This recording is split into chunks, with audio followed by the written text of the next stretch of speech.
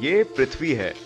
आप इस विशाल से दिखने वाले ग्रह में कहीं रहते हो और हर कोई चीज जिसके साथ आपने कभी भी इंटरैक्ट किया है वो इसी ग्रह में है।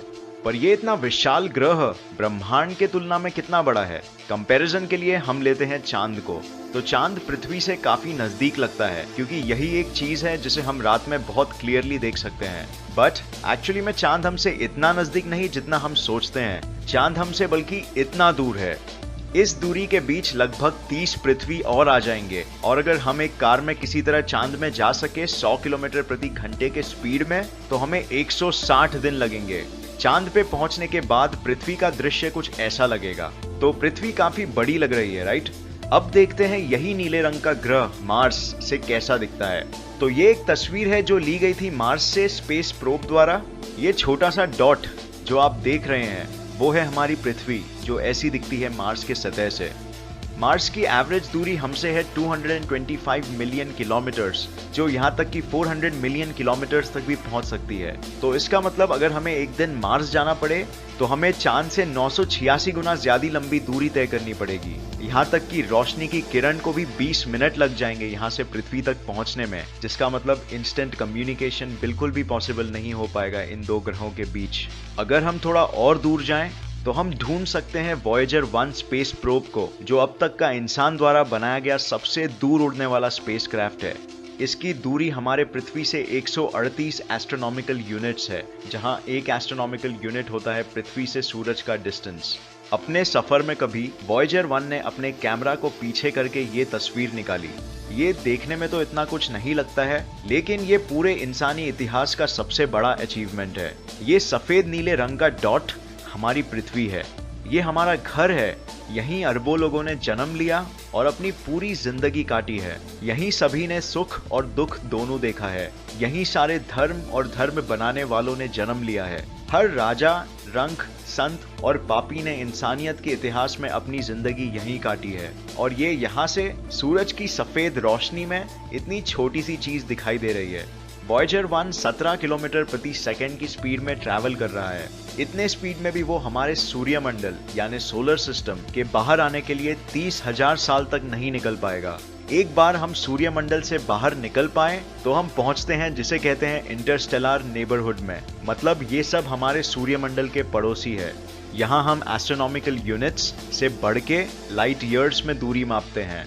एक लाइट ईयर मतलब उतनी दूरी जो एक रोशनी की किरण एक साल में तय करती है, जो होता है 9.461 ट्रिलियन किलोमीटर्स। सूरज के अलावा हमारे सबसे नजदीक का सितारा, जिसे कहते हैं प्रोक्सिमा सेंटोरी, हमसे फिर भी 4.24 लाइट ईयर्स दूर है। अगर वॉयेजर 1 स्पेसक्राफ्ट उसकी ओर बढ़ने लगा तो उसे 70,000 साल लगेंगे उस स्पीड में वहां तक पहुंचने में। अगर हम थोड़ा और जूम आउट करते हैं तो हम देख सकते हैं पूरे मिल्की वे गैलेक्सी को। इसके ही अंदर हमारी पृथ्वी है।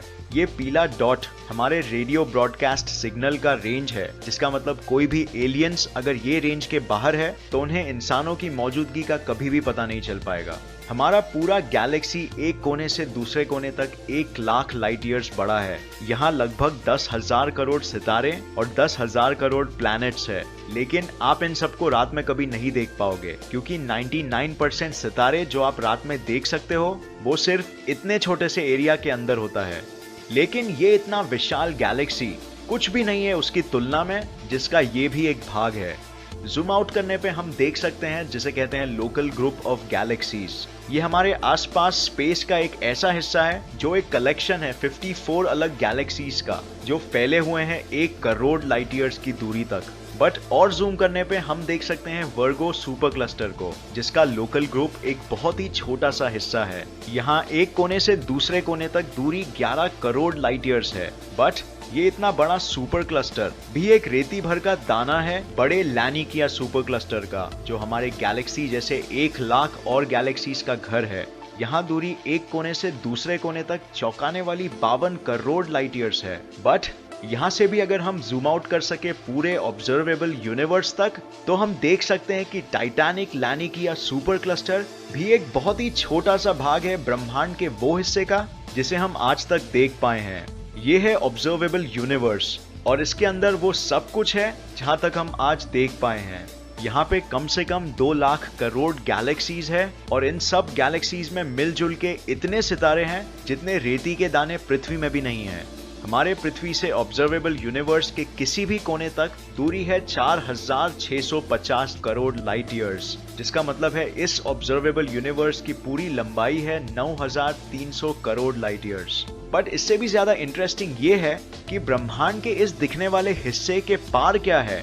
इतना ध्यान रखिए कि ऑब्जर्वेबल यूनिवर्स वो सब कुछ है जो हम आज देख सकते हैं आधुनिक टेलीस्कोप्स की मदद से, और ये बिल्कुल मुमकिन है कि इसके पार का ब्रह्मांड और कहीं ज्यादा विशाल और कहीं ज्यादा रोमांचक है।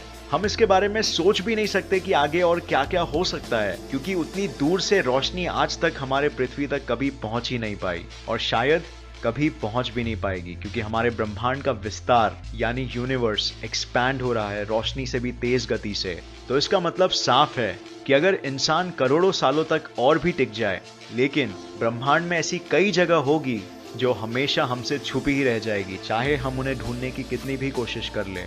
कॉस्मिक इन्फ्लेशन थियरी के कैलकुलेशंस के हिसाब से पूरा यूनिवर्स 150 सेक्सटिलियन गुना बड़ा हो सकता है ऑब्जर्वेबल यूनिवर्स के कंपैरिजन में।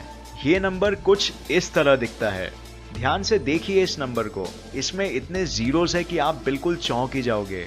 कंपैरिजन के तौर पे अगर आप सोच सके कि ऑब्जर्वेबल यूनिवर्स एक फुटबॉल के साइज का है, तो पूरा यूनिवर्स उसके सामने हमारे पृथ्वी के साइज के बराबर होगा। बस सोचिए कि हम रह रहे हैं एक फुटबॉल के अंदर और हमें कोई भी आइडिया नहीं है कि हमारा ब्रह्मांड इतना विशाल है। बट इससे हमें घबराना नहीं चाहिए, इसके विपरीत हमें यह सोचना चाहिए कि इस विशाल ब्रह्मांड में हमारे लिए कितना कुछ है आगे खोज करने के लिए।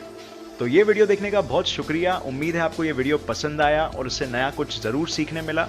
तो आपकी क्या राय है इस विशाल ब्रह्मांड के बारे में? क्या ये आपने जितना सोचा था उससे ज्यादा विशाल है या उससे कम? कमेंट्स कीजिए नीचे, हम सुनना चाहेंगे। अगर आपको ये वीडियो पसंद आया तो इसे लाइक और शेयर करना मत भूलिए, और ऐसे ही साइंस वीडियोस के लिए इस चैनल को सब्सक्राइब करके नोटिफिकेशन बेल ऑन करना मत भूलिए। और मैं आपको नेक्स्ट वीडियो में मिलूंगा ऐसे ही किसी इन्फॉर्मेटिव वीडियो के साथ। तब तक के लिए देखते रहिए और सीखते रहिए। जय हिंद।